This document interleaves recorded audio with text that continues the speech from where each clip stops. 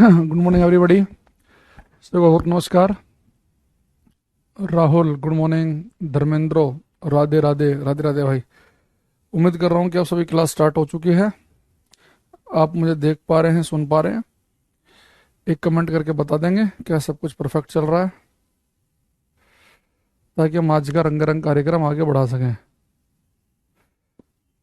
हम्म। और काफ़ी दिनों के बाद मुलाकात हो रही है। उम्मीद कर रहा हूँ कि आप सबने पिछली क्लास देख कर आए होंगे। क्लास देख रखे हैं सभी ने? अयंस, काव्या, अभिषेक। ठीक है, आवाज़ बिल्कुल क्लियर आ रही है? हमने चेक कर लिया अपने मोबाइल पर। Hmm. Visible and audible, okay. Viplav ji good morning. Satyam, Krishna, Shivam, Deepesh, Aakriti, Ajay, Sanaya, Neha, सभी को नमस्कार। अच्छा, पिछली क्लास में हम रिफ्रैक्शन ऑफ लाइट, प्रकाश का अपवर्तन पढ़ रहे थे।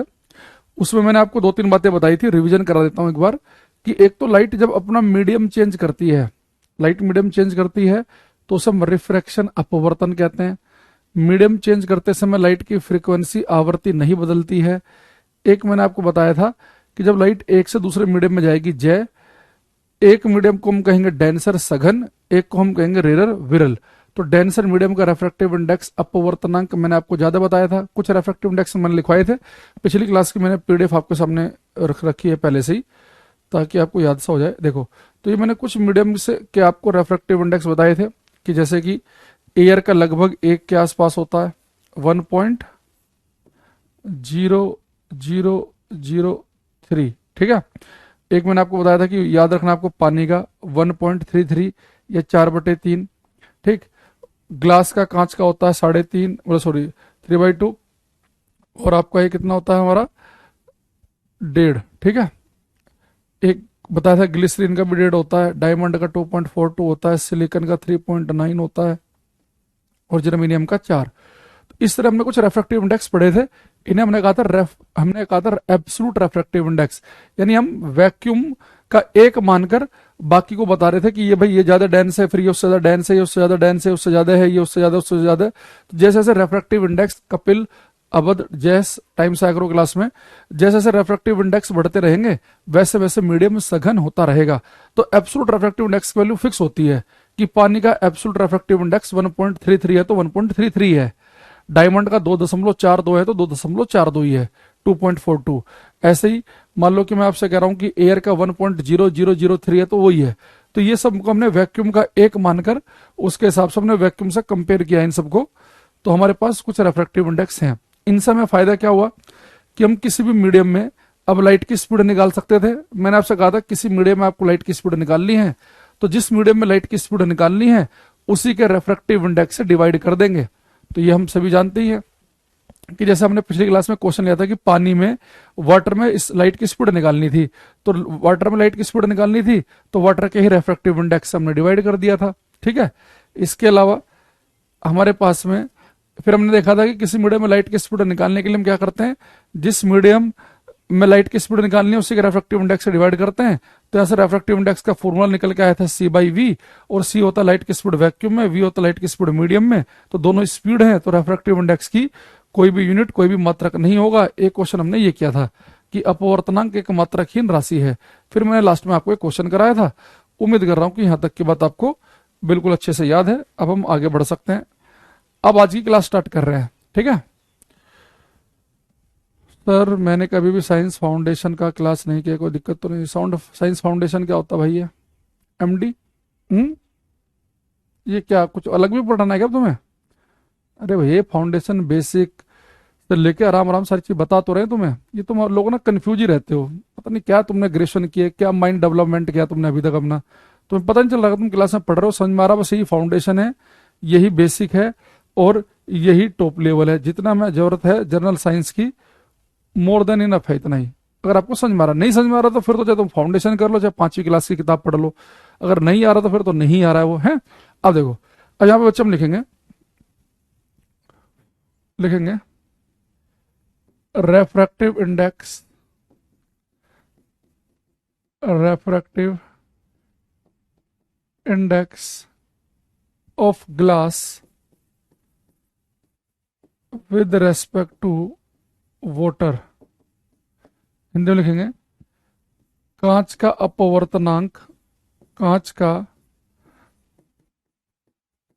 अपवर्तनांक जल के सापेक्ष ज्ञात कीजिए। अगर आप यहां बड़े ध्यान से देखें, आपसे रेफ्रैक्टिव इंडेक्स पूछ रहा है, वो किसका? ग्लास का। अब यहां पे एक काम मत करना कि जैसे आपने पेपर में पढ़ा कि ग्लास का रेफ्रैक्टिव इंडेक्स बताओ कांच का, और आप 3/2 यानी कि 1.5 पे टिक लगा दो, आपको हो जाएगा गलत। क्योंकि बेटा आपसे उसने एब्सोल्यूट रेफ्रैक्टिव इंडेक्स नहीं पूछा कि जब आप वैक्यूम को 1 मान रहे हैं, एब्सोल्यूट रेफ्रैक्टिव इंडेक्स क्या होता है? उसकी फिक्स वैल्यू होती है कि कांच का 1.5 ही होगा, वाटर का 1.33 होगा। लेकिन अगर मैं आपसे पूछ रहा हूं कि कांच का रेफ्रैक्टिव इंडेक्स बताओ पानी के सापेक्ष या केरोसिन के रेस्पेक्ट में, यानी कि अब मैं देखना चाह रहा हूं कि जो कांच है वो पानी के मुकाबले कितना ज्यादा गुना है, कितना ज्यादा गुना डेंस है, कितने टाइम्स ज्यादा डेंस है। अगर मैं वाटर का ग्लास का निकालूं केरोसिन के रेस्पेक्ट में तो कुछ और वैल्यू आएगी। मैं निकालूं कि ग्लास का रेफ्रैक्टिव इंडेक्स बताओ डायमंड के रेस्पेक्ट में तो वैल्यू कुछ और आएगी। तो जब ऐसा क्वेश्चन आ जाए, जैसे रेलवे ग्रुप डी में कई पेपर में क्वेश्चन आया इस बार कि ग्लास का रेफ्रैक्टिव इंडेक्स वाटर के रेस्पेक्ट में बताओ, या वाटर का डायमंड के बताओ, या डायमंड का वाटर के बताओ, ऐसे क्वेश्चन कैसे करते हैं ये भी बड़े आसान है। अगर आपको एब्सोल्यूट रेफ्रैक्टिव इंडेक्स निरपेक्ष अपवर्तनांक के जो 5-6 वैल्यू लिखवाई थी पिछली क्लास में, अगर वो याद है तो ये क्वेश्चन भी ऑटोमेटिकली आपको आता है। कैसे? देखो, आप सबसे पहले देखेंगे कि आपको रेफ्रैक्टिव इंडेक्स निकालना है किसका? ग्लास का। तो जिसका रेफ्रैक्टिव इंडेक्स निकालना होता है उसे लिखते हैं पीछे। तो ग्लास का रेफ्रैक्टिव इंडेक्स निकालना है, तो रेफ्रैक्टिव इंडेक्स किसका चाहिए मुझे? ग्लास का। अब देखो किसके रेस्पेक्ट में निकालना है? वैक्यूम के, सॉरी वाटर के। तो जिसके रेस्पेक्ट में निकालना है उसे लिखते हैं हम आगे। तो सबसे पहले तो आप इसे पढ़ना सीखो, इसे थोड़ा सा और शॉर्टकट में ऐसे लिखते हैं, ग्लास के लिए केवल जी लिख देते हैं, वाटर के लिए W। तो अगर आपने ऐसा लिखा हुआ है इसका मतलब है कि ग्लास का अपवर्तनांक आपको चाहिए जो आगे लिखा है, यानी कि उसके सापेक्ष, उसके रेस्पेक्ट में चाहिए। बस हमारा काम हो गया। अब देखो, जिसका रेफ्रैक्टिव इंडेक्स चाहिए किसका? ग्लास का, तो उसका एब्सोल्यूट, उसका निरपेक्ष अपवर्तनांक लिखते हैं हम ऊपर। किसके रेस्पेक्ट में चाहिए? वाटर के, तो उसका लिखते हैं नीचे। तो आपको पता है कि ग्लास का रेफ्रैक्टिव इंडेक्स होता है 3/2 और पानी का होता है 4/3। तो 3 पहुंच जाएगा ऊपर, तो 9/8 हो जाएगा। सोल्व करेंगे तो 1.12 आ जाएगा, यानी कि ये आएगा ना 8 का माठ 1, 8 का माठ 8 दूनी 16, ऐसे कुछ आएगा 1.125 शायद ही आ जाएगा। ठीक, तो यानी कि अगर हमने देखा कि जब हमने ग्लास का रेफ्रैक्टिव इंडेक्स निकाला था तो वो बेटा वैक्यूम से जब हम कंपेयर कर रहे थे, वैक्यूम के मुकाबले 1.5 गुना ज्यादा डेंस था ग्लास, तो वहां पे 1.5 आया था। लेकिन जब ग्लास का रेफ्रैक्टिव इंडेक्स वाटर के रेस्पेक्ट में निकाल रहा हूं तो आंसर आ रहा है 1.125। अच्छा, वैल्यू अगर 1 से ज्यादा है, इसका तो मतलब ये भी है कि आपने ग्लास का रेफ्रैक्टिव इंडेक्स निकाला वाटर के सापेक्ष, तो जो रेफ्रैक्टिव इंडेक्स आया वो 1 से बड़ा है, यानी कि जो ग्लास है, जो कांच है, वो पानी से ज्यादा गुना डेंस है। वो आपको वैसे ही पता है कि भाई इसका एब्सोल्यूट होता है 1.33, इसका होता है 1.5, तो ज्यादा डेंस हो गई। लेकिन अगर मान लो कभी ऐसा हो कि ग्लास का रेफ्रैक्टिव इंडेक्स निकाल रहे, अगर आप डायमंड के रेस्पेक्ट में निकाल लो तो देखना वो 1 से कम आएगा। तो अगर 1 से कम आया, इसका मतलब है कि ग्लास जो है, कांच जो है, डायमंड के मुकाबले रेयर मीडियम है, विरल माध्यम है। अगर वैल्यू 1 से कम आ जाए, जैसे कि आप एक समझो, अगर मैं आपसे पूछूं refractive index of glass with respect to diamond, आपको बताना है कांच का अपवर्तनांक डायमंड के सापेक्ष। अगर मैं नॉर्मली ऐसे पूछूं कि बताओ भाई ग्लास ज्यादा डेंस है कि डायमंड ज्यादा डेंस है, तो आप कहेंगे सर ग्लास का रेफ्रैक्टिव इंडेक्स होता है एब्सोल्यूट, निरपेक्ष अपवर्तनांक होता है 1.5, इसका होता है 2.42, यानी कि डायमंड ज्यादा डेंस है। तो हमें ग्लास का रेफ्रैक्टिव इंडेक्स बताना है डायमंड के रेस्पेक्ट में। ठीक है, अब देखो ग्लास जो है इसका निकालना तो उसे लिखेंगे पीछे, डायमंड के रेस्पेक्ट में निकालना तो उसे डी को लिख देंगे आगे। तो रेफ्रैक्टिव इंडेक्स किसका चाहिए? ग्लास का। किसके रेस्पेक्ट में? डायमंड के। जिसके सापेक्ष चाहिए उसको लिखेंगे नीचे। तो ग्लास का होता है 3/2, डायमंड का हम न्यूमेरिकल में लेते हैं 2.4 ताकि कैलकुलेशन आसान रहे। 2.42 से थोड़ा सा कैलकुलेशन टफ से हो जाती है, पॉइंट हटाएंगे तो 0 आ जाएगा। 3 कम 3 0, 3 अठे 24, 2 चौक 8, 2 पंजे 10।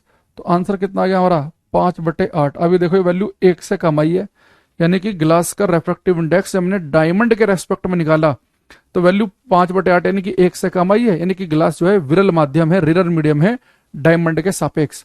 तो अब ऐसे भी अगर आपसे पूछ ले अच्छे पेपर में कि इस मीडियम का रिफ्रैक्टिव इंडेक्स इसके सापेक्ष बताओ, तो भी आप कर सकते हैं इजीली। तो किसी मीडियम का रिफ्रैक्टिव इंडेक्स आप ऐसे करके निकाल सकते हैं। बस समझ में आई। अब एक क्वेश्चन मैं आपको दे रहा हूं, ये आप करेंगे, find refractive index of water with respect to glass.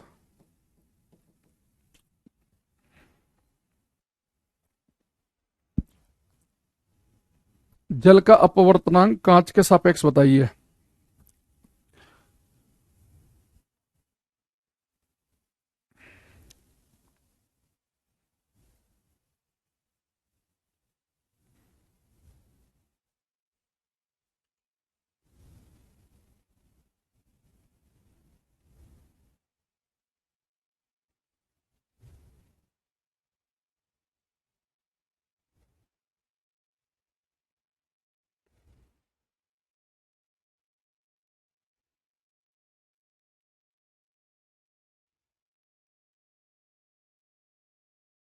हम्म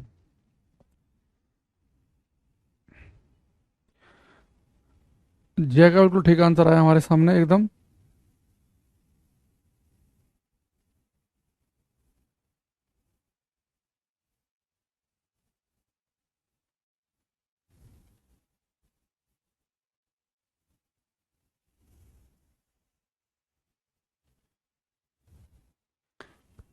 आयांश, सत्यम, जय, विप्लव, कुछ आंसर हमारे पास में आ रहे हैं। सनाया, अच्छा प्रयास सभी बच्चों का। कपिल, बहुत बढ़िया। जयस, यहाँ देखो, इसने कहा कि रेफ्रैक्टिव इंडेक्स निकालना है वाटर का। तो पहले तो लिखने का तरीका, रेफ्रैक्टिव इंडेक्स निकालना है वाटर का, किसके रेस्पेक्ट में निकालना है, ग्लास के। ठीक है, तो जिसके सापेक्ष निकालना है उसका ऊपर लिखते हैं, जिसके जिसका निकालते हैं उसका ऊपर, जिसके रेस्पेक्ट में उसका नीचे। वाटर कितना होता है, 4/3, ग्लास का होता है 3/2, तो कितना हो गया, 8/9। यानी कि 1 से कम आएगी वैल्यू, 1 से कम आएगी, यानी कि वाटर जो है वो कांच के सामने विरल माध्यम है, रेयर मीडियम है। अच्छा, यहां पर अगर आपने एक बात बड़े ध्यान समझियो, जब मैंने थोड़ी देर पहले आपको रेफ्रैक्टिव इंडेक्स पूछा था ग्लास का वाटर के रेस्पेक्ट में, तो वैल्यू आई थी 9/8। यानी कि जब हमने रेफ्रैक्टिव इंडेक्स निकाला था ग्लास का वाटर के रेस्पेक्ट में, तो वैल्यू आई थी 9/8। लेकिन जब वाटर का निकाला है ग्लास के रेस्पेक्ट में, तो वैल्यू आई है 8/9। आपको समझ में आ रहा है, आपको कुछ ढूंढ पा रहे हो यहां से कि जब हम कांच का रेफ्रैक्टिव इंडेक्स निकाल रहे हैं पानी के सापेक्ष तो 9/8 आ रहा है, लेकिन जब पानी का कांच के रेस्पेक्ट में निकाल रहे हैं तो 8/9 आ रहा है। यानी बस उल्टा पलट दिया। यानी आप यहाँ पे एक बात ये समझ सकते हैं कि अगर मैं आपसे ये कहूं कि भाई जैसे मान लो कोई मीडियम है, मीडियम 2 है, इसका रेफ्रैक्टिव इंडेक्स आप 1 के सापेक्ष निकाल रहे हैं, तो इसके किसके बराबर हो जाएगा ये, यानी 1 का 2 के रेस्पेक्ट में निकालना। ऐसा समझ रहे हैं, ये रिलेशन समझ पा रहे हैं आप। ये भाई आपने यहाँ पे देखो क्या किया, जब आपने ग्लास का रेफ्रैक्टिव इंडेक्स निकाला वाटर के सापेक्ष, वो किसके बराबर आया, 1 वाटर का ग्लास के सापेक्ष, यही तो है भाई। इसकी वैल्यू कितनी है, 9/8, और ये कितनी है, 8/9, तो फिर से 9/8 ही हो जाएगा। तो ये रिलेशन है। यानी कि बस आपको उल्टा करना होता। अगर मैं आपसे कह दूं इस वाले क्वेश्चन में कि भाई ग्लास का डायमंड के रेस्पेक्ट में तो 5/8 है, लेकिन डायमंड का ग्लास के रेस्पेक्ट में क्या हो जाएगा, पलट दो, 8/5 आ जाएगा। यानी कि अगर आपसे कहा जाए कि दूसरे मीडियम का रेफ्रैक्टिव इंडेक्स पहले मीडियम के रेस्पेक्ट में किसके बराबर होगा, 1/, पहले मीडियम का रेफ्रैक्टिव इंडेक्स दूसरे के रेस्पेक्ट में। यानी यहाँ पे आप दूसरे का निकाला पहले के सापेक्ष, यहाँ पहले का निकाल रहे हैं दूसरे के सापेक्ष, बस ये रेसिप्रोकल है और कुछ नहीं। अरे बात समझ में। या ये भी कह सकते हैं आप कि सेकंड मीडियम का रेफ्रैक्टिव इंडेक्स निकाल रहे हैं पहले के रेस्पेक्ट में, क्रॉस मल्टीप्लाई कर दो, और पहले का दूसरे के सापेक्ष में मल्टीप्लाई करेंगे तो 1 आएगी वैल्यू। ये भी तो कह सकते हैं आप, भाई दूसरे मीडियम का रेफ्रैक्टिव इंडेक्स पहले के रेस्पेक्ट में निकाला और फिर क्या निकाला, पहले का दूसरे के में मल्टीप्लाई करेंगे तो वैल्यू 1 के बराबर होनी चाहिए। जब क्रॉस मल्टीप्लाई कर देंगे तो ये आएगा। तो ये थोड़ा सा अगर आप ये समझ पा रहे हैं तो बहुत अच्छी बात है। नहीं इतना तो आप एक बार देख ही लेना कि आपको जिसका भी रेफ्रैक्टिव इंडेक्स निकालना है उसका एब्सोल्यूट निरपेक्ष अपवर्तनांक ऊपर लिखते हैं, जिसके सापेक्ष जिसके रेस्पेक्ट में निकालना होता है उसका लिखते हैं नीचे, और इसे लिखने का तरीका क्या है, निकालना किसका है, वाटर का, ग्लास के रेस्पेक्ट में निकालना है, तो ये तरीका होता है लिखने का। अगर आपको वाटर का गिलास के रेस्पेक्ट में पता है तो गिलास का वाटर के रेस्पेक्ट में ऑटोमेटिकली पता है, बस 1/, करके करना है। तो अगर वाटर का गिलास के रेस्पेक्ट में 8/9 है तो गिलास का वाटर के रेस्पेक्ट में 9/8 ही आएगा, और वो हम अलग से प्रूफ कर भी चुके हैं। यानी कि एक दूसरे के बस ये क्या है, व्युत्क्रम है, रेसिप्रोकल है। इन दोनों के क्रॉस मल्टीप्लाई कर देंगे तो आंसर 1 आ जाएगा। आई बात समझ में सभी को, ये यहां तक की आगे बढ़ सकते हैं अब हम। चलो अब यहां पर हम थोड़ा सा आगे बढ़ेंगे। उम्मीद कर रहा हूं कि ये बात आप समझ गए होंगे सभी के सभी, कि अगर मैं आपसे कह दूं कि भाई कोई मीडियम बी है, ध्यान सुनना, कोई मीडियम बी का रेफ्रेक्टिव इंडेक्स ए के सापेक्ष है जेड, मीडियम बी का रेफ्रेक्टिव इंडेक्स मीडियम ए के रेस्पेक्ट में है जेड, तो बताओ मीडियम ए का बी के रेस्पेक्ट में कितना होगा, बताना है।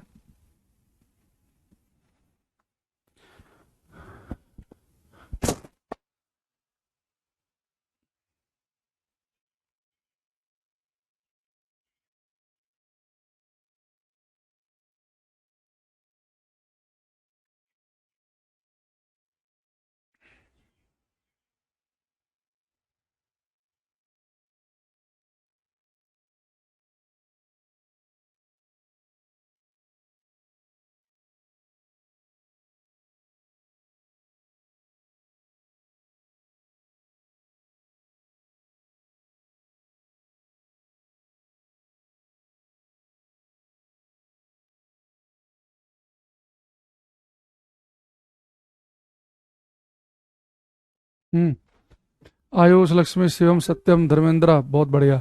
तो क्या हो जाएगा बेटा, 1/z, क्योंकि हमें पता है कि बी का ए का रेफ्रेक्टिव इंडेक्स बी के रेस्पेक्ट में क्या होगा, 1/ये, तो इसकी वैल्यू कितनी दे रखी है, जेड, तो 1/z सबका सही है एकदम, 1/z आ जाएगा। विप्लव, सनाया, धर्मेंद्र, बिल्कुल ठीक। चलो अब एक क्वेश्चन और आप यहाँ पे आते हैं। एक क्वेश्चन बेटा ये हमारे पास है, ये बड़े अच्छे से समझ गए तुम जल्दी। कई क्लास में बच्चे कंफ्यूज हो जाते हैं इसमें, कई कई बार बताना पड़ता है कि बात, तो अपनी प्रशंसा कर सकते हो तुम लोग खुद ही, क्योंकि सबका 100% का बच्चों का आंसर ठीक आ रहा है तो इसका मतलब है कि सबको समझ में आ गई ये बात।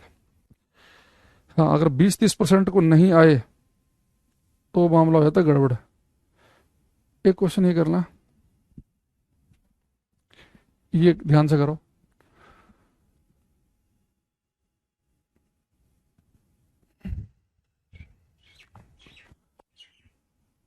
ये कह रहा है कि which of this travels in glass with minimum velocity, निम्न में से कौन सा कांच में न्यूनतम वेग के साथ यात्रा करता है। यानी कि इसने आपको कुछ कलर दे रखे हैं, ठीक है, तो ये कह रहा है आपसे कि भाई ये बताओ इनमें से कौन सा कलर कांच में सबसे धीरे चलेगा, ये क्वेश्चन आपसे पूछ रहा है।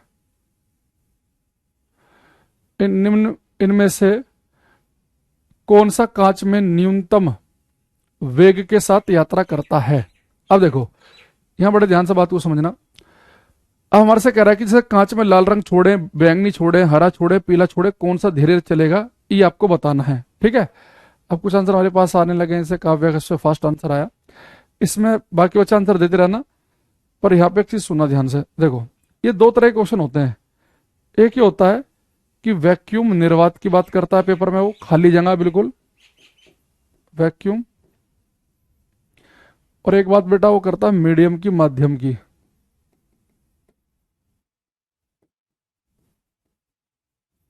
ठीक, अगर पेपर में आपसे कहे, उपासना गलत है आपका, कि वैक्यूम में कौन सा रंग तेज चलता है, आप कहेंगे वैक्यूम में सारे कलर सेम स्पीड से चलते हैं।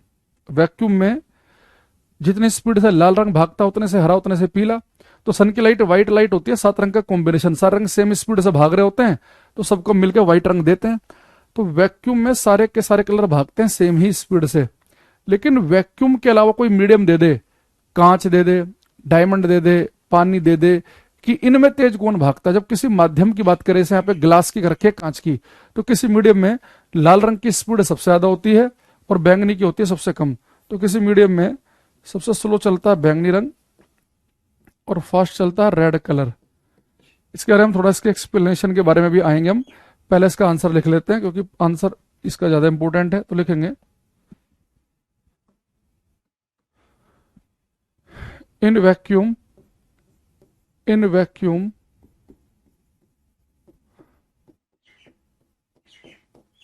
ऑल कलर्स, ये ध्यान है तो मैं थोड़ा सा हमने इस तरह का क्वेश्चन पढ़ा था इलेक्ट्रोमैग्नेटिक वेव में भी। इन vacuum all colours travel with same speed but in a given medium red color is fastest while violet color is slowest। Hindi लिखेंगे निर्वात में सभी रंग समान चाल से चलते हैं। निर्वात में सभी रंग समान चाल से चलते हैं। निर्वात में सभी रंग समान चाल से चलते हैं। All colours travel with same speed, निर्वात में सभी रंग समान चाल से चलते हैं। किंतु एक दिव्य माध्यम में लाल रंग सबसे तेज जबकि बैंगनी सबसे धीरे चलता है। किंतु एक दिव्य माध्यम में लाल रंग सबसे तेज जबकि बैंगनी सबसे धीरे चलता है। In vacuum all colours travel with same speed but in a given medium red colour is fastest while violet colour is slowest. Violet colour क्या चलेगा, सबसे स्लो। अगर आपने ये इलेक्ट्रोमैग्नेटिक वेव जब पढ़ी थी तब मैंने आपको बताया था कि जितनी भी इलेक्ट्रोमैग्नेटिक वेव हैं, रेडियो, एक्सरे, गामा रे, ये सब वैक्यूम में तेज चलती हैं। रेडियो वेव चलती है सबसे तेज और गामा चलती है सबसे धीरे। याद है उस समय भी हमने ये बात पढ़ी थी। तो मैंने कहा था कि ये बात जब हम ऑप्टिक्स में रेफ्रेक्टिव इंडेक्स पढ़ लेंगे तब आपको थोड़ा समझ में आएगा। देखो अब ऐसा क्यों हो रहा है कि मीडियम में लाल रंग तेज चल रहा है, बैंगनी धीरे क्यों चल रहा है, इसकी देखो वजह क्या है। अभी बेटा आप सबको पता है कि अलग अलग मीडियम के लिए रेफ्रेक्टिव इंडेक्स अलग अलग होता है। पानी का अलग है, कांच का अलग है, डायमंड का अलग है। और जिस मीडियम का रेफ्रेक्टिव इंडेक्स ज्यादा होता है वो डेंसर सघन की तरह काम करता है, लाइट उसके अंदर धीरे चलती है, ये तो हम जानते हैं। लेकिन रेफ्रेक्टिव इंडेक्स की वैल्यू केवल मीडियम पे डिपेंड नहीं करती कि पानी है कि कांच है कि क्या है। किसी मीडियम के रेफ्रेक्टिव इंडेक्स की वैल्यू इस बात पे भी डिपेंड करती है कि उसके अंदर कौन से कलर की लाइट ट्रेवल कर रही है। यानी कि मीडियम एक ही है। जैसे मान लो मैंने ग्लास की प्लेट ले ली है, कांच की प्लेट, अब कोई और मीडियम नहीं है, पे पानी नहीं है, डायमंड नहीं है, केवल कांच की प्लेट है, ग्लास प्लेट। इसी कांच की प्लेट के अंदर जब बेटा रेड कलर जाएगा और बैंगनी जाएगा तो दोनों के लिए अलग अलग तरीके से बिहेव करेगा ये ग्लास। इसी कांच के अंदर जब लाल रंग ट्रेवल करता है तो लाल रंग के लिए रेरर विरल माध्यम की तरह काम करता है।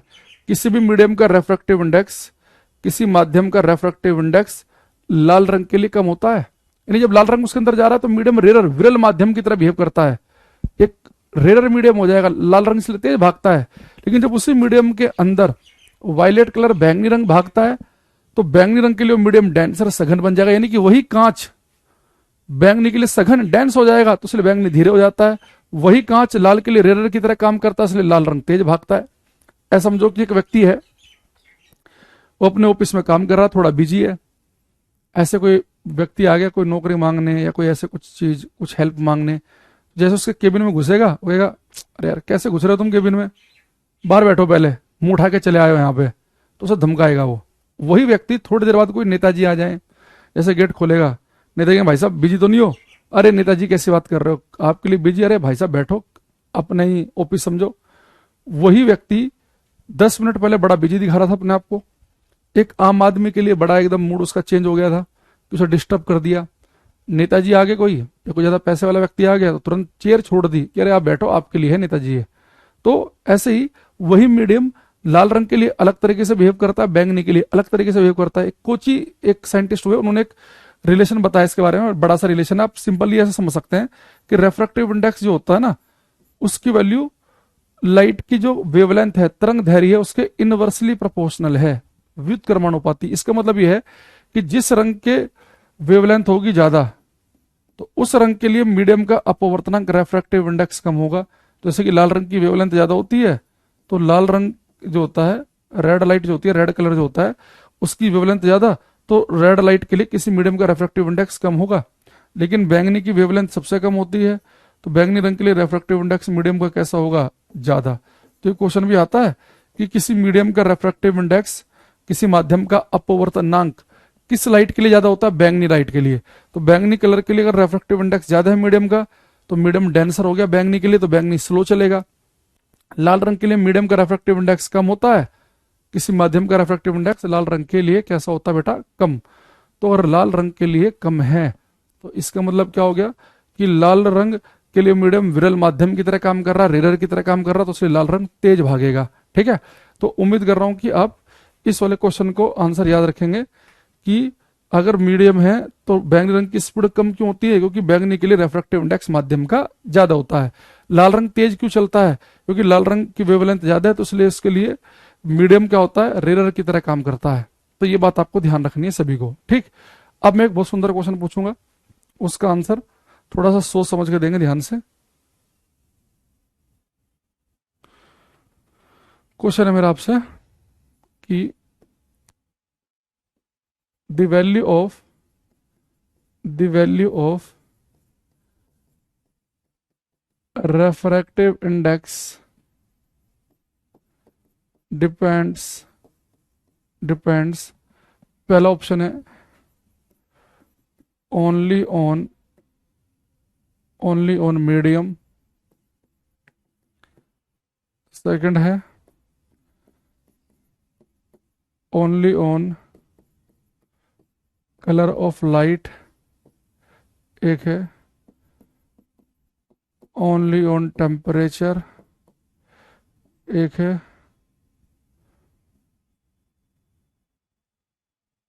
डिपेंड्स ऑल, यानी कि सभी पर, और एक ऑप्शन है depends on medium and colour of light. Hindi में लिखेंगे, अपवर्तनांक का मान निर्भर करता है, अपवर्तनांक का मान निर्भर करता है, पहला ऑप्शन है केवल माध्यम पर, अपवर्तनांक का मान निर्भर करता है, पहला ऑप्शन है केवल माध्यम पर, दूसरा है प्रकाश के रंग पर, दूसरा है प्रकाश के रंग पर, तीसरा है केवल तापमान पर, केवल तापमान पर, चौथा है सभी पर, पांचवा है माध्यम और प्रकाश के रंग दोनों पर। काव्या का ठीक है, जैस का जय का गलत है, दोनों का। कामिनी का भी गलत है। अपवर्तनांक का मान किस बात पर निर्भर करता है, माध्यम पर, प्रकाश के रंग पर, तापमान पर, सभी पर, या केवल रंग और तापमान पर।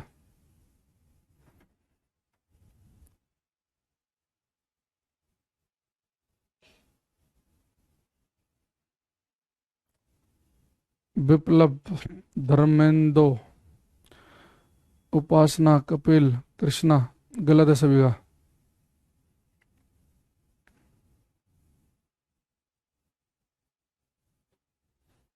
लक्ष्मी जी का ठीक है एकदम।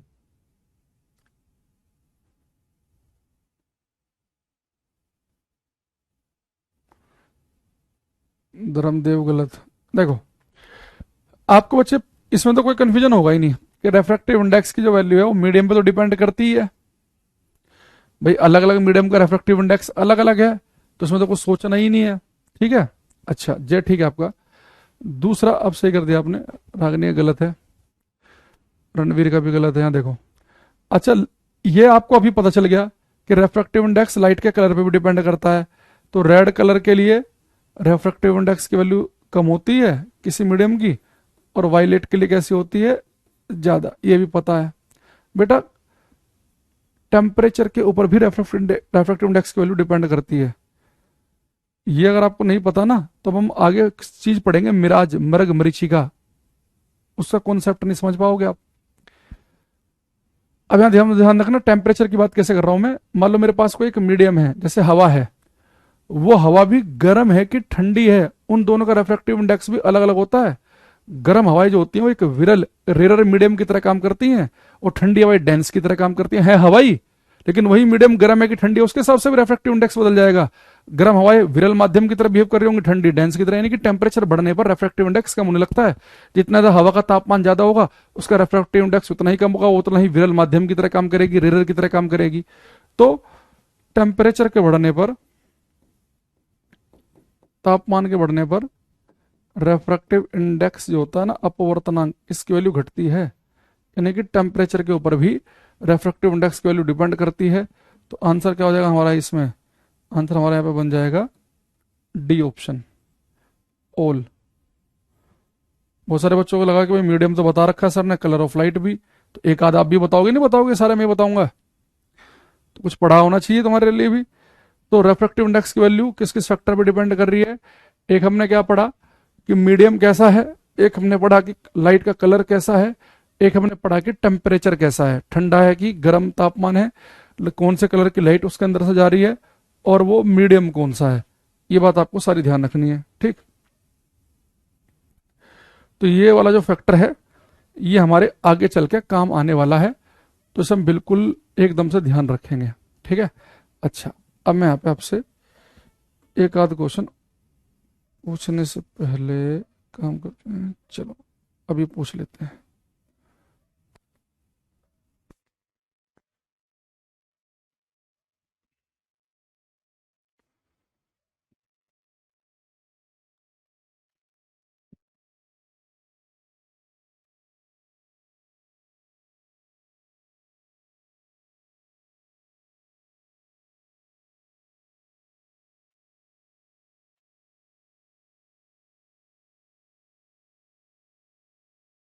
पहले तो आप ये वाला क्वेश्चन करेंगे और ध्यान से करना इसे। रागनी, सनाया, जैन, जय जय रणवीर, सब करो इसे।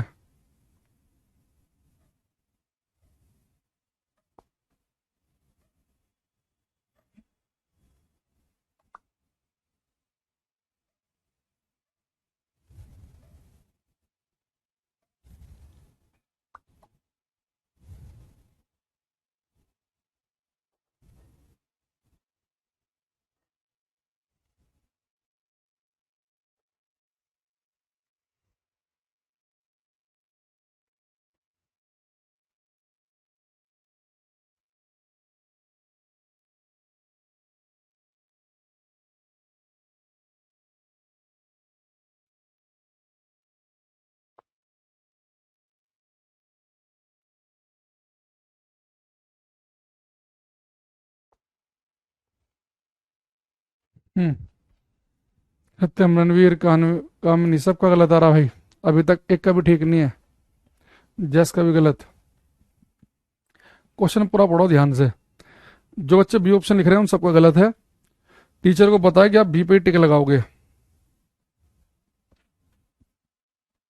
क्वेश्चन बेटा पूरा पढ़ना है, इसने लिखा है light travelling from denser medium to rarer, तो बस केवल आप यहां तक ही पढ़ते हैं कि लाइट जा रही है डेंसर से रेरर, तो आपको लगता है कि रेरर मीडियम में, विरल माध्यम में तो लाइट दूर हटेगी, तो आप बी पर टिक लगा देते हो। आगे पढ़ो, उसने क्या लिखा है कि लाइट जा रही है डेंसर से रेरर मीडियम में, कैसे आ रही है, अलोंग ए नॉर्मल, यानी कि ऐसे जा रही है लाइट।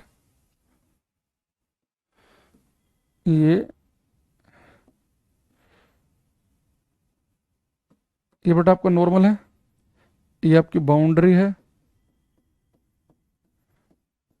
ये पहला मीडियम है, ये दूसरा। तो लाइट कहां से कहां जा रही है, डेंसर से रेरर, सघन माध्यम से विरल। लेकिन उसने, आप एक चीज ध्यान दो, उसने कहा कि लाइट डेंसर से रेरर तो जा रही है, सघन माध्यम से विरल माध्यम में तो जा रही है, लेकिन बेटा लाइट जो है ना नॉर्मल से किसी एंगल पर नहीं जा रही, लाइट जा रही है अलोंग द नॉर्मल, यानी कि जो नॉर्मल नहीं इसी के अलोंग, लाइट जो जा रही है इस नॉर्मल के अलोंग जा रही है, इंसिडेंट रे ये है। और पिछली क्लास में मैंने आपको बताया था कि अगर लाइट जो है बिल्कुल नॉर्मल के अलोंग जाए तो दूसरे मीडियम में एंट्री कर जाएगी, रिफ्रैक्टेड रे जो होगी वो दूसरे मीडियम में रहेगी, तो या ना तो नॉर्मल के नजदीक आई ना दूर गई। तो आप ये कह सकते हैं कि जब लाइट बिल्कुल नॉर्मल के अलोंग जाती है तो बिल्कुल सीधी निकल जाएगी, बिल्कुल सीधी। तो इसका मतलब क्या है कि इज नॉट रिफ्रैक्टेड, और रिफ्रैक्ट होगी नहीं, बिल्कुल सीधी निकल जाएगी, ना तो नॉर्मल के नजदीक आएगी ना दूर। सी वाले भाई ऐसे थोड़े ना होगा कि लाइट यहाँ पे गई और बाउंड्री के साथ चली जाए, ऐसे नहीं। तो लाइट क्या निकल जाती है, बिल्कुल सीधी। पिछली क्लास में क्वेश्चन कराया था मैंने आपको कि लाइट नॉर्मल के नजदीक आएगी या दूर जाएगी, वो केवल तभी होगा जब लाइट तिरछी यात्रा करती है, ओब्लिक्यूली किसी एंगल पर जाती है। तो लाइट जब एक से दूसरे मीडियम में किसी एंगल पर ट्रेवल करती है तभी या तो नॉर्मल के नजदीक आएगी या नॉर्मल से दूर जाएगी। ठीक है, अरे बात समझ में? अरे हाँ कि ना? तो ये गलत कर दिया आपने, खाली यहां तक नहीं पढ़ना। हाँ, अगर वो अलोंग द नॉर्मल ना कहता तो फिर आप ऑटोमेटिकली ये समझते कि लाइट किसी एंगल पर ही जा रही है। ठीक है, अंजलि टाइम से आया करो क्लास में।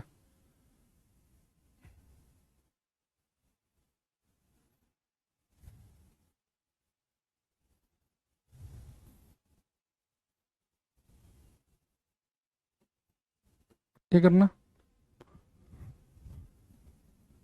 ऐसे क्वेश्चन आज ही कराया हमने आपको। थोड़ा सा इसमें एक पॉइंट स्टेप और आगे है।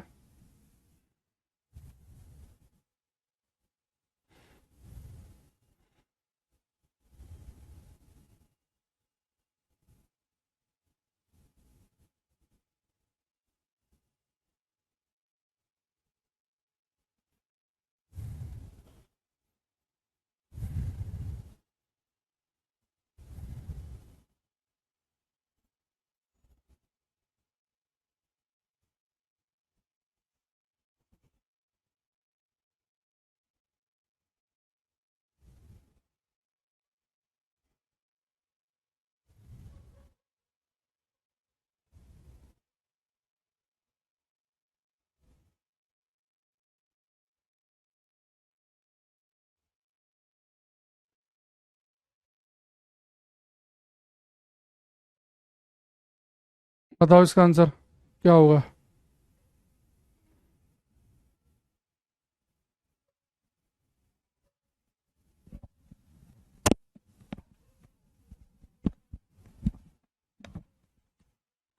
अभी तक एक का भी आंसर नहीं आया।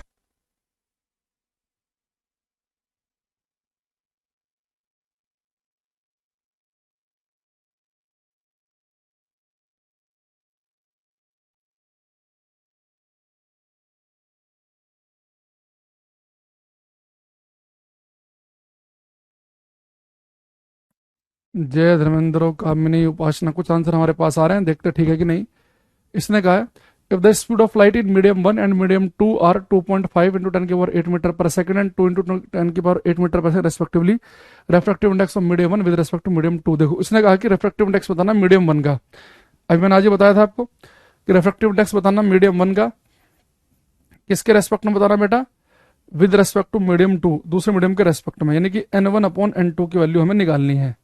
ठीक है, ये भाई ये तो कर रहे थे हम कि रेफ्रैक्टिव इंडेक्स निकालना पहले माध्यम का, तो जिसका निकालना उसका ऊपर लिखेंगे और जिसके रेस्पेक्ट में निकाल रहे हैं उसका लिखेंगे नीचे। और दे क्या रखा उसने कि पहले मीडियम में लाइट की स्पीड दे रखी है v1 दे रखी है 2.5 गुणा 10 की पावर 8, और दूसरे मीडियम में लाइट की स्पीड दे रखी है हमें 2 गुणा 10 की पावर 8, ये दे रखा है।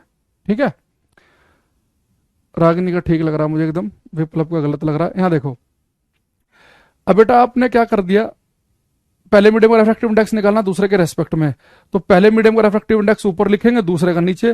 लेकिन पहले और दूसरे मीडियम का रेफ्रैक्टिव इंडेक्स तो हमारे पास है ही नहीं, हमें तो पहले मीडियम में स्पीड और दूसरे मीडियम में स्पीड दे रखी है। लेकिन आपको अगर याद हो तो मैंने एक चीज बताई थी, रेफ्रैक्टिव इंडेक्स का फॉर्मूला होता है सी बाई वी।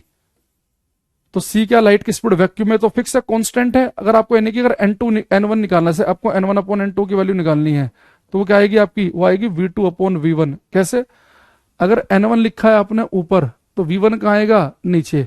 तो n1 अगर ऊपर है तो v1 नीचे आएगा, क्योंकि ऊपर नीचे लिखे नहीं तो c तो फिक्स है, लाइट की स्पीड वैक्यूम में तो फिक्स है 3 गुणा 10 की पावर 8। n2 ऊपर लिखा तो v2 आएगा नीचे, तो अगर n2 नीचे है तो फिर v2 ऊपर लिखेंगे। तो यानी कि जब आप n1 अपॉन n2 की वैल्यू अगर आपको निकालनी है तो n1 अपॉन n2 किसके बराबर है, v2 अपॉन v1 के बराबर है। क्योंकि रेफ्रैक्टिव इंडेक्स और जो लाइट की स्पीड किसी मीडियम में होती है उनमें उल्टा रिलेशन होता है। बस हमारा काम हो गया। अब देखो v2 की वैल्यू आपको दे रखी है उसने 2 गुणा 10 की पावर 8, और V1 की भी दे रखी है 2.5 गुणा 10⁸ सोल्व कर लो, ये से कट गया तो आंसर कितना आ गया आपका 2/2.5, यानी कि बी ऑप्शन हमारा आंसर है। बात समझ पा रहे हैं आप सभी? भाई हम अभी तक क्या कर रहे थे कि जिस मीडियम का रेफ्रेक्टिव इंडेक्स निकालना है उसे ऊपर लिखते हैं, जिसके सापेक्ष निकालना है उसे नीचे रखते हैं।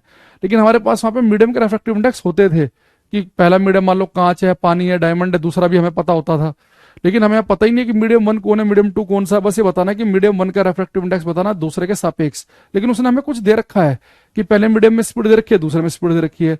तो आप ऐसे भी याद रख सकते हैं कि N1/N2 का रेशियो क्या होता है, V2/V1 के रेशियो के बराबर, या N2/N1 निकालना होता तो फिर वो V1/V2 हो जाता। तो ये बात भी आप ध्यान रख सकते हैं। ठीक है, आगे बात समझ में, यहां तक कि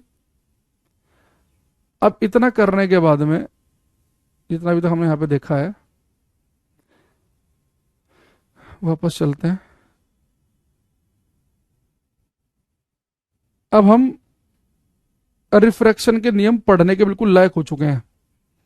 जैसे हमने रिफ्लेक्शन का नियम पढ़ा था, अगर आपको याद हो, रिफ्रैक्शन का नियम क्या था कि लाइट जिस एंगल पर आएगी उसी एंगल पर जाएगी। आई और आर की वैल्यू सेम थी।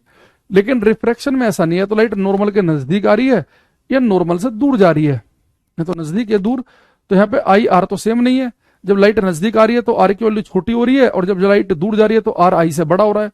अब यहाँ पे हम रिफ्रैक्शन के नियम पढ़ेंगे, तो लिखेंगे लॉज ऑफ रिफ्रैक्शन, अपवर्तन के नियम, लॉज ऑफ रिफ्रैक्शन, अपवर्तन के नियम, अपवर्तन के नियम। देखो, रिफ्रैक्शन का जो बेटा पहला नियम है वो तो बिल्कुल रिफ्लेक्शन के जैसा ही है, बिल्कुल रिफ्लेक्शन के जैसा।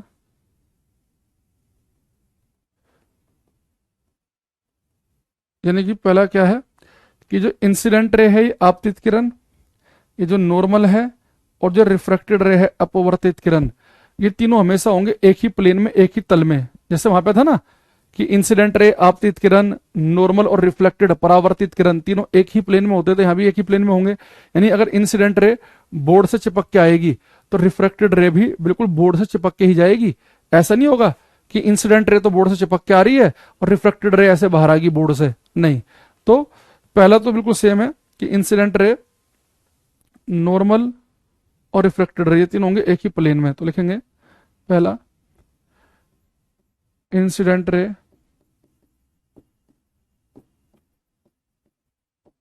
रे ray comma normal and refracted ray, incident ray comma normal and refracted ray all lie in a same plane। Hindi में लिखेंगे आपतित किरण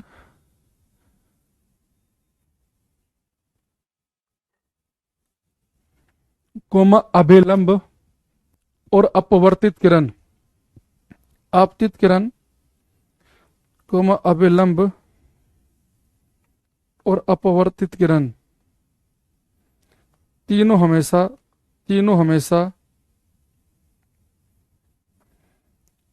एक ही तल में होते हैं। हाँ बिल्कुल अंशुमन, आपतित किरण कोमा अभिलंब और अपवर्तित किरण तीनों हमेशा एक ही तल में होते हैं। अच्छा, जो सेकंड नियम है रिफ्रैक्शन का, उसे हम कहते हैं Snell's law, Snell's law, Snell का नियम।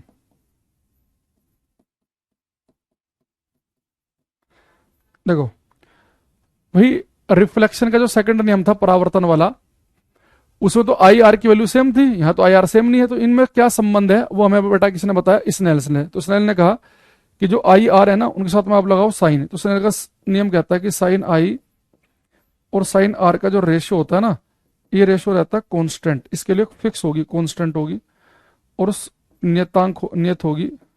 साइन आई और साइन आर का रेशियो क्या होता है कि नियतांक, इसे लिखते हैं हम एन से। तो हमारा क्या बन गया, स्नेल का नियम sine I upon sine r is equal to n. और इस एन को बेटा हम बोलते हैं ये हमारा होता है refractive index of medium two with respect to medium one. N को हम बोलते हैं दूसरे माध्यम का अपवर्तनांक पहले के सापेक्ष। दूसरे माध्यम का अपवर्तनांक पहले माध्यम के सापेक्ष। अच्छा, तो साइन आई अपॉन साइन आर का जो रेशियो है वो कांस्टेंट होता है, उसे हम क्या कहते हैं, उस कांस्टेंट को दूसरे माध्यम का अपवर्तनांक को जिसका निकालना हो तो लिखते हैं पीछे, आपको आज ही पढ़ाया, और पहले माध्यम के सापेक्ष, यानी कि इसे हम ऐसे लिखेंगे। तो साइन आई अपॉन साइन आर पेपर में आपको नॉर्मली कांस्टेंट लिखा मिलेगा, और या फिर क्या लिखा मिल सकता है कि साइन आई अपॉन साइन आर का रेशियो किसके बराबर होता है, 1:2, यानी कि दूसरे मीडियम का रिफ्रैक्टिव इंडेक्स पहले के रेस्पेक्ट में। तो दूसरा मीडियम आप समझ रहे हैं कौन सा होता है, जहां से लाइट चलेगी वो पहला मीडियम होता है, और जहां लाइट पहुंचती है वो दूसरा मीडियम होता है। यानी साइन आई अपॉन साइन आर से हम एक्चुअल में दूसरे मीडियम का रिफ्रैक्टिव इंडेक्स निकाल रहे होते हैं। तो sine upon i sine I upon sine r में जो अब इक्वल टू रिफ्रैक्टिव इंडेक्स लिखा होता है वो किस मीडियम का होता है, दूसरे मीडियम का। किसके रेस्पेक्ट में, पहले मीडियम के सापेक्ष। ठीक है। अच्छा, इस चीज को मैं ऐसे भी लिख सकता हूं, आज ही हमने पढ़ा, ये लिख लिया होगा आपने भाई, हमने पढ़ा है कि साइन आई और साइन आर का जो रेशियो है वो किसके बराबर है, दूसरे मीडियम का रिफ्रैक्टिव इंडेक्स पहले के रेस्पेक्ट में। और इसी बात को हम क्या ऐसे लिख सकते हैं, क्या रिफ्रैक्टिव इंडेक्स किसका निकालना है, दूसरे मीडियम का, तो उसे ऊपर लिखेंगे, पहले के रेस्पेक्ट में उसे नीचे, तो हम ऐसे लिख सकते हैं। ये क्या हो गया हमारा, sine I upon sine r is equal to N2 upon N1। तो कई बार आपको स्नेल्स लॉ ऐसे भी लिखा मिल जाएगा, यहाँ पे N2 क्या है, दूसरे मीडियम का रिफ्रैक्टिव इंडेक्स, और N1 क्या है, पहले का। या कई बार ऐसे भी आया है कि स्नेल्स लॉ क्या है, उसने क्रॉस मल्टीप्लाई कर दी तो बन गया N1 sine i is equal to N2 sine r. ये इसकी फेमस फॉर्म है स्नेल्स लॉ की, N1 sine i is equal to N2 sine r. N1 पहले मीडियम का रिफ्रैक्टिव इंडेक्स, N2 दूसरे मीडियम का, और आई आर तो आपको पता ही है, नहीं रागनी यही लेना है। साइन आई अपॉन साइन आर का जो रेशियो है वो किसके इक्वल होता है, N2 अपॉन N1 के।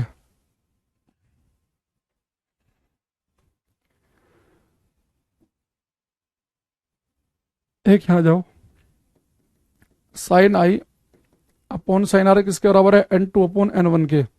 तो क्या मैं इसे V1 अपॉन V2 भी लिख सकता हूं क्या, भाई हमने आज ही तो पढ़ा। अभी मैंने आपको बताया था कि रेफ्रैक्टिव इंडेक्स इस स्पीड के इनवर्सली प्रोपोर्शनल है। तो N2 ऊपर लिखा तो V2 नीचे आएगा, N1 नीचे तो V1 ऊपर आएगा। यानी आप स्नेल्स लॉ को ऐसे भी अप्लाई कर सकते हैं, sine I upon sine r is equal to V1 upon V2 भी लिख सकते हैं आप इसे, कोई दिक्कत नहीं है। दूसरा आपको एक चीज और पता है कि स्पीड जो होती है किसी वेव की होती है V is equal to f lambda. Speed तो कभी बदलती नहीं है लाइट की, तो V और एफ तो V और लेमडा एक ही लाइन में है, तो आप इसे ऐसे भी लिख सकते हैं, λ1 अपॉन λ2। तो यानी कि स्नेल्स लॉ आज के बाद आपके लिए कंप्लीट स्नेल्स लॉ की ये फॉर्म है, sine I upon sine r is equal to N2 upon N1 लिख लो, या V1 अपॉन V2, या λ1 अपॉन λ2। नॉर्मली हम स्नेल्स लॉ ये याद रखते हैं, लेकिन N2 अपॉन N1 को हम V1 अपॉन V2 भी लिख सकते हैं, और λ1 अपॉन λ2 भी लिख सकते हैं। ठीक है।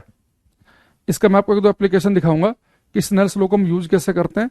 पहले एक बार यहां तक कैसे जरूर उतार लो फॉर्मूला, ये फॉर्मूला लिखो सभी।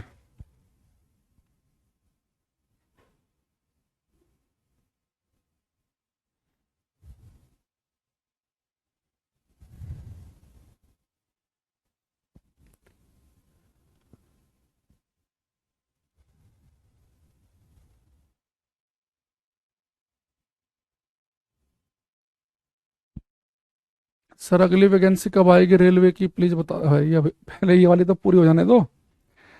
अभी ऐसे तो भाई कैसे बता सकते हैं हम कब आएगी, अभी तो पहले चल रही है, वही पूरी नहीं हुई है।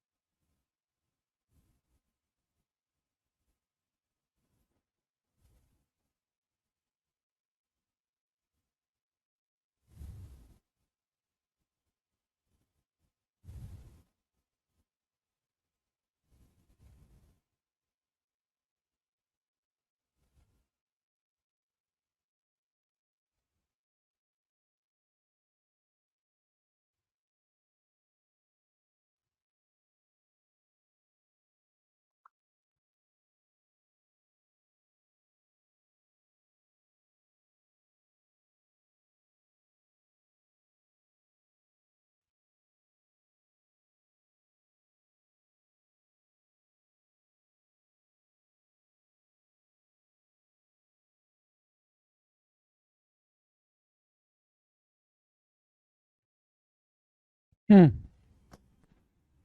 ठीक है। अब देखो लिख लिया आपने। अब आता है यहाँ पे। तो अब ये जो स्नेल्स का नियम बचपन से सुनते आ रहे हैं, इसकी थोड़ी सी अगर आप एप्लीकेशन देखना चाहते हो तो यहाँ देखो।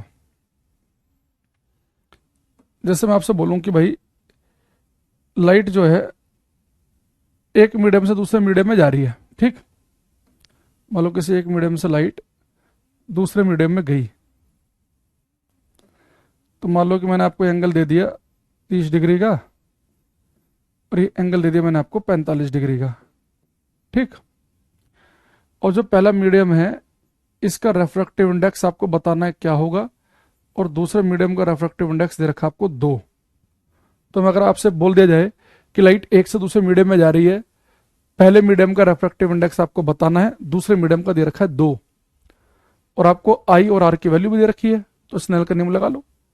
Sign I upon sine are is equal to N2 upon N1। अभी हमने पढ़ा है, पहले यहां देखते रहना।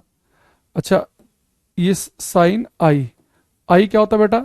इंसिडेंट रे नॉर्मल के साथ में जो एंगल बनाती है वो हमारा क्या होता है? आई। वो हमें साफ साफ दे रखा है 30। लेकिन अगर कई बार गलती से ऐसा भी कर सकता है कि इंसिडेंट रे बाउंड्री के साथ एंगल दे सकता है। मान लो यहाँ पे अगर 30 दे देता तो फिर आई की वैल्यू 60 आती। तो यहाँ तो हमारे पास बिल्कुल साफ साफ दे रखा है, तो हमारे लिए आसान हो गया। आई की वैल्यू दे रखी है 30 डिग्री। आर, आर क्या होता है कि रिफ्रैक्टेड रे अपवर्तित किरण नॉर्मल से जो एंगल बनाएगी, ये वाला एंगल आर नहीं है, बाउंड्री वाला आर नहीं है, नॉर्मल के साथ वाला एंगल आर है। तो कितना? 45। ये भी दे रखा है साफ साफ। तो N2 की वैल्यू दे रखी है 2, और N1 आपको निकालना है। तो साइन 30 की वैल्यू होती है 1/2, साइन 45 होता है 1/√2, 2 ऊपर चला जाएगा, 2/N1। तो यहाँ से N1 √2 N1 हो जाएगा 4 के बराबर, तो N1 हो जाएगा 4/√2। तो इसे आप लिख सकते हैं 2 दूनी 4 √2, तो ये कट गया, तो N1 की वैल्यू आ गई 2√2। अच्छा, आपको इसमें एक चीज और ध्यान रखनी है कि जो पहला मीडियम आया इसका रेफ्रेक्टिव इंडेक्स आपको निकल के आया 2/√2। तो यहाँ पे एक बात ध्यान से समझना कि जब लाइट बची एक मीडियम से दूसरे मीडियम में जा रही हो, लाइट ये वाला एंगल अगर 45 दे रखा है और ये दे रखा है 30, यानी कि लाइट नॉर्मल से दूर हट रही है। तो अगर लाइट नॉर्मल से दूर हट रही है, इसका मतलब है कि लाइट कहां से कहां जा रही होगी? डेंसर मीडियम से रेरर में, प्रकाश जा रहा होगा सघन माध्यम से विरल में। यानी अगर इसका रेफ्रेक्टिव इंडेक्स 2 है तो इसका 2 से बड़ा ही आना चाहिए, और वो 2 से बड़ा ही आया है, यानी कि हमारा आंसर बिल्कुल सही है। हमने कैलकुलेशन में कोई गलती नहीं करी है। 2√2 से जैस का जय का बिल्कुल ठीक आया, दोनों का लाइन से, ठीक है। 4√2 नहीं है रागनी, 2√2 है। तो जब लाइट अपना मीडियम चेंज कर रही है तो आपसे इन चार में से किसी एक मीडियम का रेफ्रेक्टिव इंडेक्स पूछ सकता है, ये दोनों चीज दे देगा। या हो सकता है कि आपको दोनों मीडियम का रेफ्रेक्टिव इंडेक्स दे दे, आई दे दे, आर की वैल्यू पूछ ले। या एक तरीके से एक क्वेश्चन और देखो इसमें आप, अगर मैं आपसे बोल दूं लाइट जो है जा रही है, मान लो कि आपसे मैं पूछूंगी भाई लाइट जो है एक मीडियम से दूसरे मीडियम में जा रही है, और पहले मीडियम में जो लाइट की स्पीड है वो है 2 × 10⁸ मीटर पर सेकंड। तो दूसरे मीडियम में लाइट की स्पीड बतानी है क्या होगी? दूसरे मीडियम में लाइट की स्पीड आपको बतानी है क्या होगी, ठीक।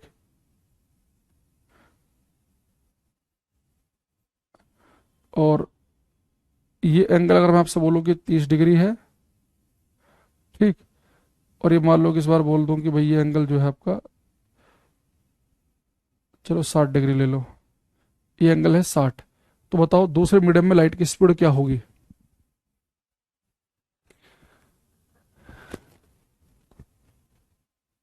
ये ट्राई करो।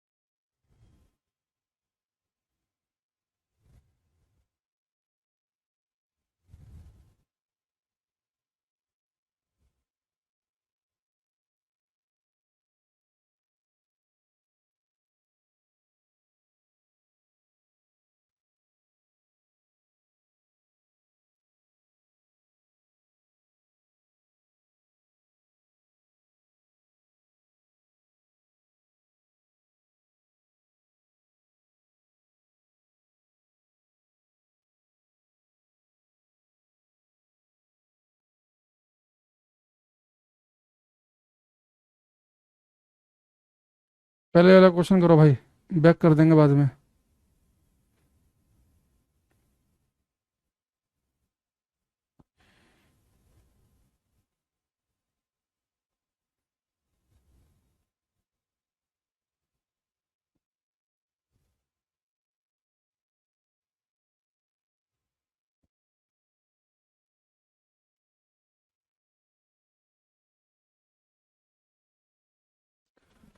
एक आंसर हमारे पास में आया है जैस का, एक आया रागिनी का, दोनों का सेम आंसर आ रहा है, यानी इसका मतलब है कि आंसर ठीक हो सकता है। अगर दोनों सेम ही आंसर दे रहे हैं तो संभावना ठीक होने की कैसी है, ज्यादा।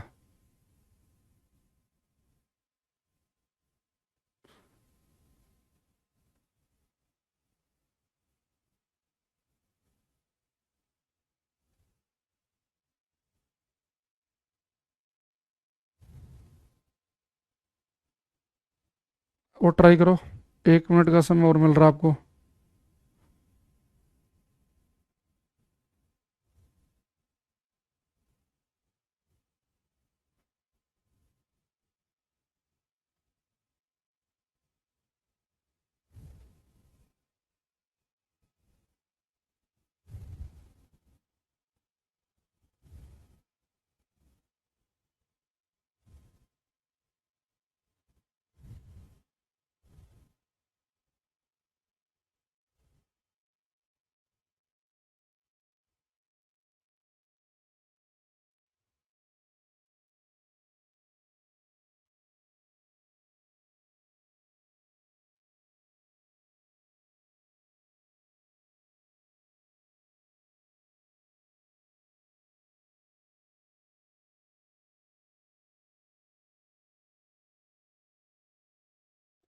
ठीक है, एक क्वेश्चन मैं ढूंढ रहा था आपके लिए, वो मिल गया मुझे। अब आ जाते हैं यहाँ पे।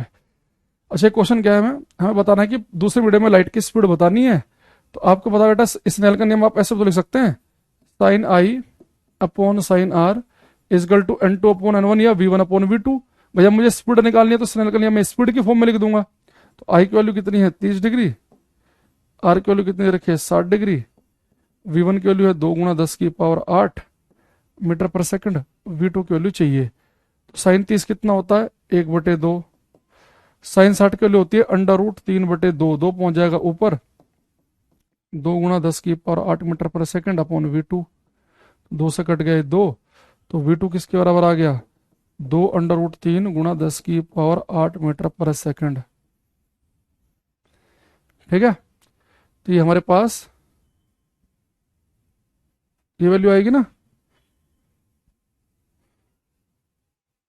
ये गलत आ गया शायद, 2√3 × 10⁸।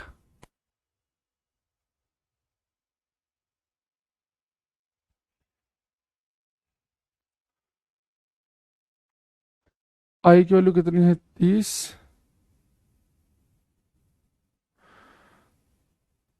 ये कितना है, 60। 2 × 10⁻⁴ 1/2 √3/2, 2 से 2 कट गया, तो वी टू आ गया 2√3 × 10⁸। हालांकि ये कैलकुलेशन से तो सही है, लेकिन प्रैक्टिकली सही नहीं है ये। इसकी वजह ये है, अगर आप देखें 2√3 की वैल्यू आप निकालो, 2√3 की, तो √3 की वैल्यू कितनी होती है, 1.732। इसके आप में 2 में मल्टीप्लाई करेंगे तो कितना आ जाएगा, 2 दूनी 4, 2 4 6, 7 दूनी 14, हासिल को 1। तो 3.4 गुणा 10 की, ये 3.4 गुणा 10⁸ बन जाएगा। तो ये सही इसलिए नहीं है प्रैक्टिकली, ये हमने ऐसे क्योंकि अपने आप से वैल्यू चूज कर ली ना, ये प्रैक्टिकली इसलिए सही नहीं होगी। लाइट की स्पीड सबसे ज्यादा होती है वैक्यूम में, और वैक्यूम में भी लाइट की स्पीड होती है 3 × 10⁸। ये तो 3 × 10⁸ से ज्यादा आंसर आ रहा है। यानी प्रैक्टिकली ऐसा होगा नहीं कि अगर लाइट की स्पीड इस मीडियम में इतनी है और यहाँ पे एंगल 30 है तो यहाँ 60 हो जाए। तो वैसे तो सही है कि कैलकुलेशन से तो हमारा ये, पर प्रैक्टिकली सही नहीं है। समझ रहे हो क्यों, क्योंकि आप एक चीज देखो ना, लाइट की स्पीड सबसे ज्यादा तो वैक्यूम में होती है, और वहां पे भी होती है 3 × 10⁸। तो वैक्यूम से ज्यादा लाइट की स्पीड तो कहीं है ही नहीं, तो उससे ज्यादा आंसर कैसे आ गया। यानी ये वैसे तो गलत है ये। ठीक है, अच्छा एक क्वेश्चन जो है, ये मैंने ऐसे लिया था केवल आपको बताने के लिए स्नेल का नियम कैसे अप्लाई करते हैं। तो मान लो कुछ और वैल्यू ले लो, यहाँ 45 45 ले लो। देखते हैं 45 लेके अगर सही आंसर आ जाए कुछ 45। तो अगर मैं ले रहा हूँ 45,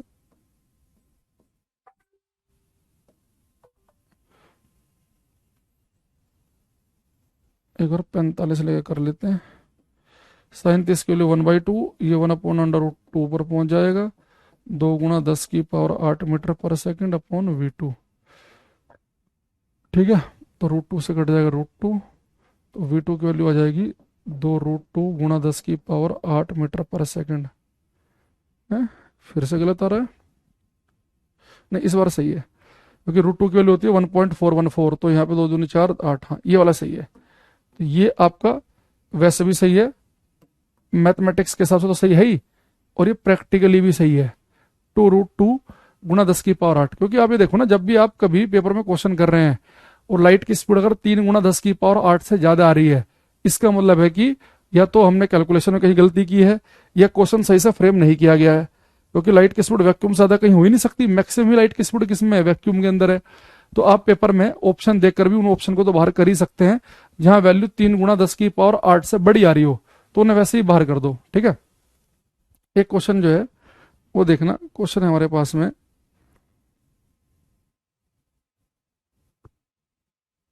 ए ray of light a ray of light is incident a ray of light is incident at an angle I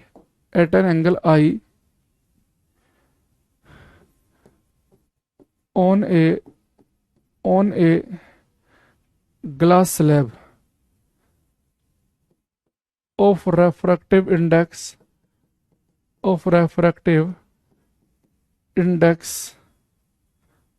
n if the angle between if the angle between reflected and refracted ray is 90 degree, the relationship between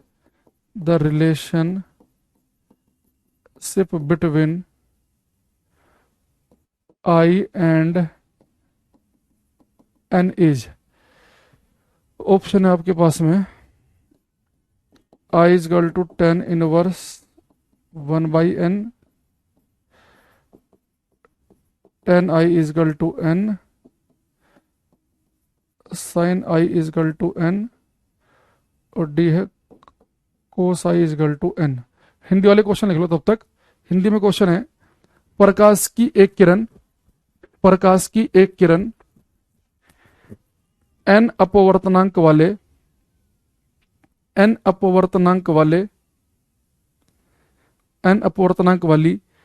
एक कांच की plate पर n अपवर्तनांक वाली एक कांच की plate पर n अपवर्तनांक वाली एक कांच की प्लेट पर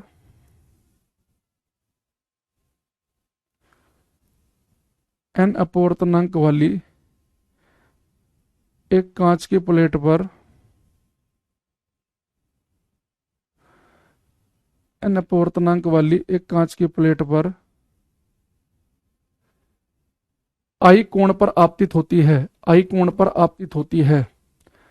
प्रकाश की एक किरण n अपवर्तनांक वाली एक कांच की प्लेट पर I कोण पर आपतित होती है। यदि परावर्तित और अपवर्तित किरण के बीच का कोण 90 डिग्री हो, यदि परावर्तित और अपवर्तित किरण के बीच का कोण 90 डिग्री हो, तो I और n में क्या संबंध होगा।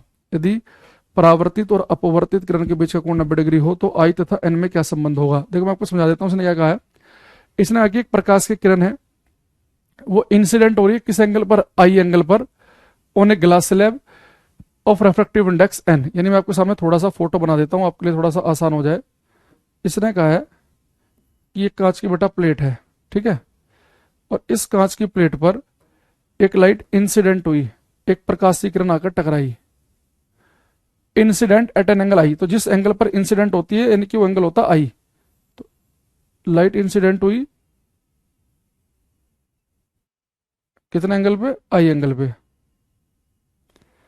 तो आई एंगल पे इंसिडेंट हुई, तो यानी कि एंगल ऑफ इंसिडेंस दे रखा आई, ठीक है।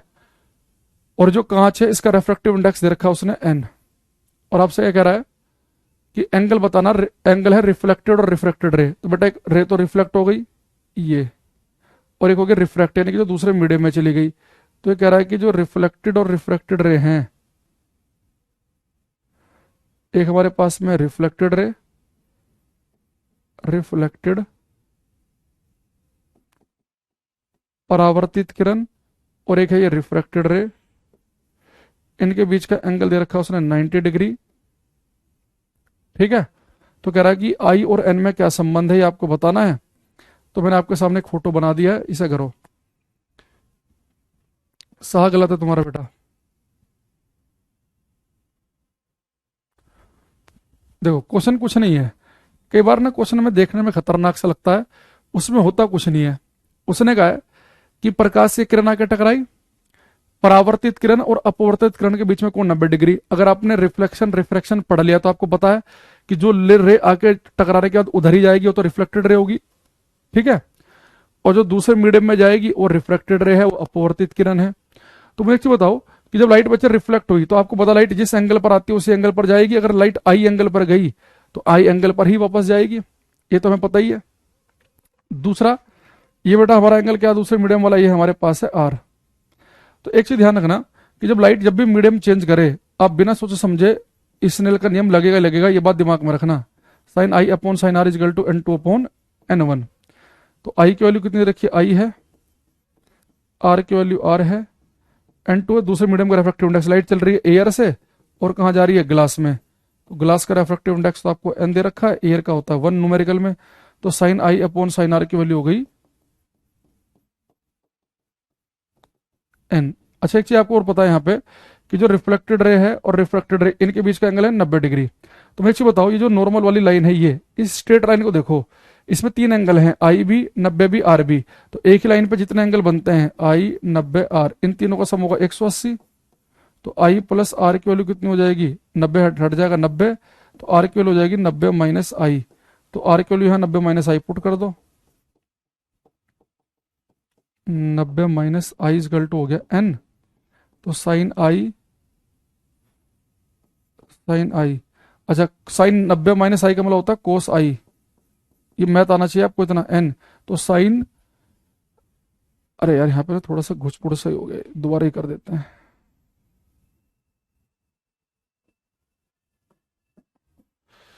दोबारा करना पड़ेगा, देखो इससे थोड़ा सा इधर लिख लेते हैं, ठीक है। देखो तो लाइट जिस एंगल पर आएगी उसी एंगल पर जाएगी, लाइट रिफ्लेक्ट हो रही है तो रिफ्लेक्शन का नियम लगा दिया, लाइट मीडियम चेंज कर रही है तो इस एंगल का नियम लगा देते हैं, sine I upon sine are is equal to N two upon N one. Sine I upon sine r, n two कितना दूसरे मीडियम का रिफ्रैक्टिव इंडेक्स एन है, लाइट एयर से आ रही है इसका है 1। तो साइन आई अपॉन साइन आर, आर की वैल्यू कितनी आई थी अभी हमने प्रूफ किया था 90 माइनस आई, कैसे आई थी, ये आई आर 90 का जो सम है, आई आर 90 का सम, एक ही लाइन पे बने एंगल का सम होता है 180। तो यहाँ से आई प्लस आर हो जाएगा 90, तो आर की वैल्यू हो जाएगी 90 माइनस आई। तो यहाँ पे आर की जगह 90 माइनस आई रख दिया इजकल टू एन। अब यहाँ देखो साइन आई, तो साइन 90 माइनस आई हो जाता है कोस आई, ये ट्रोग्रामेट्री आती है तो ठीक है, नहीं तो सीखनी पड़ेगी आपको। टेन आई की वैल्यू हो गई एन के बराबर, यानी हमारा जो आंसर है वो कौन सा ऑप्शन है, बी ऑप्शन है, tan i is equal to n. तो जिन्होंने बी लिखा है उनका सही है, बाकी गलत है, ठीक है। देखो जैसे आप ये देखो ना कि लाइट रिफ्लेक्ट हो रही है तो आपके दिमाग में तुरंत आना चाहिए कि रिफ्लेक्शन के नियम लगेगा ही लगेगा। तो लाइट जिस एंगल पर आई, आई उसी पे गई वापस आर, आई आर बराबर ही होते हैं, तो यहाँ पे अगर आई पे आई तो आई पे चली गई।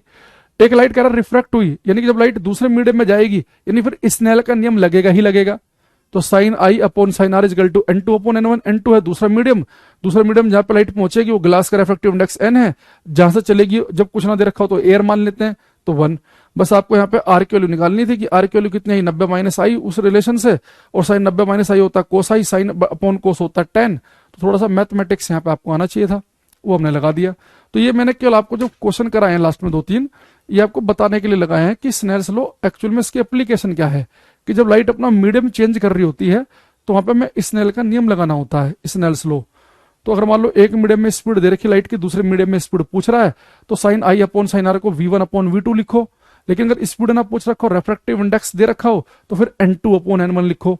तो हमें क्या रिक्वायरमेंट है उसी के हिसाब से हम स्नेल का नियम लगाते हैं कि sine I upon sine are is equal to n2 upon n1 लगाना है, कि साइन आई upon sine r v1 upon v2 लगाना है। याद रखना जब स्पीड की बात करेंगे तो v1 अपॉन v2 है, और रेफ्रेक्टिव इंडेक्स वाले केस में 2 ऊपर है, 1 नीचे है, n2 अपॉन n1 है।